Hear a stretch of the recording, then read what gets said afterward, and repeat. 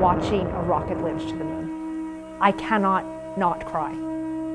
Like old archive footage, I am overwhelmed with emotion. I think it's the best of humanity. You know? Yeah, it's a tough one, right? Like, do we send more money to like develop hypersonic missiles so we can keep up with like the Chinese, or do we help single mothers who don't have housing? Well, what do you think my answer is? Kicking off that, what do you think of the idea of universal basic income and the YouTuber Mr. Beast personally delivering it to people? Overall, I think he's doing good, right? I Yeah. mean, people can criticize him, but he seems pretty earnest. It's hard to tell, right? Yeah. But you're right. In your data, have you seen any reason why people get into so many fights at Waffle Houses? I'm serious. That's not a question. That's not one of the questions or line item. Let me variables. rephrase. In your data, what are the economic reasons why people get into so many fights at Waffle Houses? Do people get into fights at Waffle Houses? Yeah. Is that a thing? It goes down. Can you cite an example? Yeah.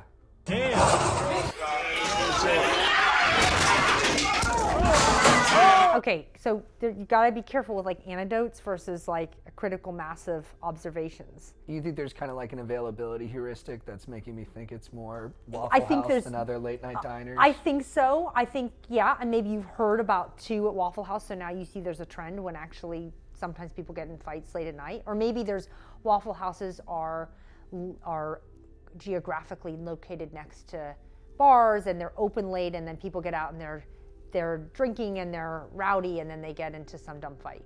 Well, it's kind of like when you're at Palm Springs, like you know orgies are going to happen. What's the most respectful term you can use to classify the poor? Like rank them. Poor, hoi polloi, proletariat. I don't think I would use any of those. But superficially, it sounds sicker than disadvantaged. I mean, I don't, you know, I take this stuff so seriously, I can't kind of have a chuckle at the expense of low-income Americans. I'm glad you stood your ground there. Well, yeah, I mean, I could give you a little lecture right now, but I'm not going to do that. No, I'd actually enjoy it. Until you study it, first of all, unless you are poor, but then if you study and engage with what it feels like to be poor and the structural impediments to people who live in poverty and the fact that like it's so hard for them to ever move up. It's just not a laughing matter, it's a tragedy. You're right. That was really nice. Thank you. Yeah. Yeah, you care a lot. Elizabeth Currid-Halkett, a professor of public policy at USC and author of The Sum of Small Things, an economic analysis of the urban elite's consumption habits. Her thought-provoking work has made me look at my own life with a new perspective, because I'm a rich kid. Here's our conversation. Can you explain first what is conspicuous consumption? So conspicuous consumption is a term coined by Thorstein Veblen, who was sort of a sociologist, economist at the turn of the century. He wrote a book called The Theory of the Leisure Class. His argument was that people showed their social status through overt forms of consumption. And so the conspicuous consumption aspect was both overt, but also the fact that it was unnecessary. Like you could have like a spoon of a different metal, it would be totally functional. But like you get the fancy spoon to show that you can. So it's all gratuitous, you know? Mm-hmm. It's like you can buy an ordinary watch or you can buy a Rolex. And they're both telling the time, but one just shows you're wealthy. Yeah. And so he had all sorts of interesting ways of describing like a man using a cane meant that he couldn't engage in manual labor, or a woman in a corset, same idea. And so that's where the term comes about, but I think what we mean by conspicuous consumption has really evolved since he came up with the term. I'm in that 0.111%, so we are extremely rich, but in Manhattan, we're just average. How has it evolved?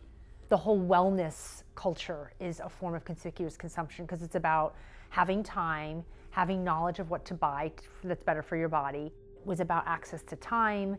It was about access to certain experiences you wanted, you know, going to bar classes at like noon. I'm like, who gets to do that except for like a professor or someone who works in the creative industries? And like, I realized that all of that was a sort of some form of conspicuous consumption because I wasn't like wearing this fancy thing or wandering around with a logo-driven handbag, but I was doing all of this stuff that showed privilege. The green smoothie, or like the kind of exercise you do, or where your kids go to school, or is having kids conspicuous consumption.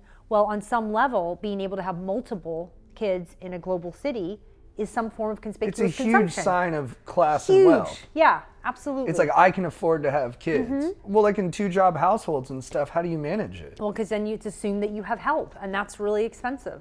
Yeah. You know? And I don't think most people have children as a sign of conspicuous consumption, but even to be able to consider having multiple children is a sign that you're very privileged. Being a new parent and seeing the way that class is so baked into that.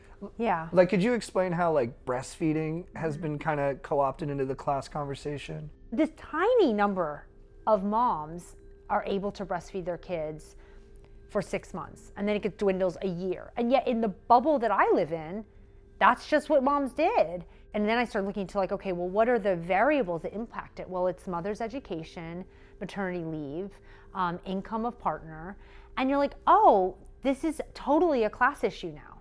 Because even though something's ostensibly free, like you think, oh, well, you don't have to buy formula. Formula is so expensive. It's like, no, time is more expensive than formula. Yeah. You know? Just the way people would ask too, like about our kids, they'd be like, is she breastfeeding? Is she breastfeeding? And there was this like competitive undertone and this like implication of judgment if you were not. Yeah. The thing about new forms of consumption is they really reinforce those class lines. Because like, who cares if you have a nice watch? But if you get to go to a nice private school and your parents can afford to send you to a good college, that changes your life. A watch doesn't change your life. I'm super guilty of it. Like all the things, I don't really have like flashy stuff, but like I do therapy, I do jujitsu, we have help with our kids. Even like doing this series and like interviewing academics, like, is that a form of conspicuous consumption? Like me putting this out into the world and telling everybody like, hey, I have time and resources to allocate to talking to smart people in a way that you might not have assumed about me. Is that conspicuous consumption? What I would actually argue is that it reveals your cultural capital. What's your favorite movie? It is probably a tie between Annie Hall, which I just love, and The American President with Annette Bening. Bro, The best. American President. I love that movie. It's the greatest. The greatest movie. It's the best. Andrew Shepard, I'd vote for him tomorrow. Oh, Michael Douglas is so I was so extraordinary. busy trying to keep my job, I forgot to do my job. If you want to get into a character debate, Bob, then you better stick with me. Sidney Allen Wade is way out of your league. You're amazing. You must love that movie I too. like it a little bit, yeah. Yeah, I'm a that is- fan. I love that movie. You know what, too? I like romances where both people are kind of intellectual powerhouses and Totally. they spar. Yeah. Those movies always get me. So you studied urban planning. Why is that compelling to people? Like, why should we care? Well, because cities are compelling to people, and it's where most of the world's population lives. To plan them well, to learn from our mistakes in planning, to plan better cities is really important for most people living in the world. And I'm really getting old school here, but like Jane Jacobs, who's one of the greatest urbanists who ever lived, she had this whole vision that the way in which a city thrives fundamentally is that it is a safe place and a diverse place. And safety is not entirely about police control. It's actually about the informal observations of people just living their lives. So the diversity means people go back and forth on a street, they're grabbing groceries, they're grabbing a coffee, they're picking their kids up from school. And having all of those kinds of things happening in a city means that I'm not gonna let someone get mugged. Like, I'm gonna be walking down the street and I see this, or someone's not gonna hurt someone else because they see a lot of foot traffic, right? So the connection that you have to the city and to the people in it will keep it safe. Precisely. So we know this to be true. And in fact, she wrote her book, The Death and Life of Great American Cities, in 1961. It is still the canon. It is still how we think neighborhood and urban vitality works. If you think about our housing projects historically, there was none of that. There was no safety. There was no eyes on the street. There were elevators and towers and no one looking, and no access to jobs because they were geographically far away from the central business district. And so that's an example of urban planning exacerbating inequality, making things worse. But we've learned from that. Those kinds of buildings don't get built anymore. I was curious what your research told you about the difference between like rural religion and like kind of coastal spiritualism. Rural folks are so much more open about being religious, and it's a huge part of their identity and cultural capital in rural America. It's a part of their community, it's how they socialize, it's what they talk about, and they're very in touch with that. And what I realized was that it wasn't a part of the cultural capital of urban America. Now, interestingly, I think spirituality is. I think a lot of the kind of meditation, the yoga, the trappings of kind of urban coastal life for the privileged, wellness, does have a lot of spirituality in it. And I think that that is something people seem to be much more, they want to talk about. Well, yeah, because it also represents like a kind of intellectual curiosity. Yes. Like these things that seem natural are actually because people have the opportunity to live that natural life. Yeah. But then they can flex on people like they're healthier than them, or that they care more, or that they're more conscious about health. Well, they have the luxury to care more, to be like doing the right thing constantly food-wise and exercise-wise and for your kids. Like there is a luxury in that. It's fun. I do like doing it. I do like eating healthy food in front of people. Yeah, well, I know. No, I hear. I flex that way. And people, it tastes good, you know? What are we doing that right now? Wellness culture. I didn't call it wellness culture in 2017, but that's essentially what I was talking about. And it's exploded. Yeah, like the you know? goopification. The goopification, the Erewhonian of everything. I mean, it's the whole thing. I don't think wellness is the problem. Like goop and Erewhon rip. The problem is that not everybody has access. It's to not make people feel bad because they don't do that. Did you find that people in urban communities were more vain than people in rural communities? Vain, no. But self-involved, yes. When your whole day becomes preoccupied with it. It's all about me. That's a problem. That's not okay. I'm trying to stay away from that. But hey, could you guys stay out of our shot? We're filming something. I mean, when did we, outside of the last 5 years, excessively and publicly talk about our sleep routine? No, we must and be pretty boring to always be talking about that. Oh, dude, that's hilarious. Bro, you're fucking drilling society right there. I love it. Everybody at Whole Foods looks like they make their own clothes.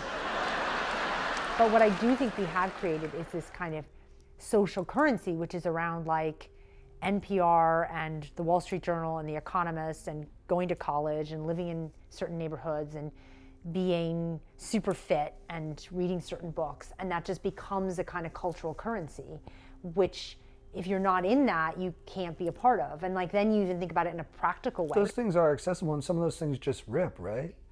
They are good. There's nothing wrong, but do you know what? I mean... It almost... Do you think like taste is exclusionary?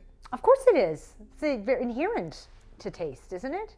Right, but do you think it's exclusionary because of class reasons or just because of intellectual capacity? That could go across the board. I think it's class entirely. I think that taste is created through classes, and then it becomes a point of excluding others.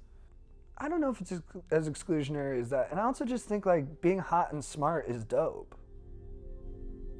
Well, you know, here's the thing, like, and this isn't my work, Raj Shetty has studied this, but like, you know, the access to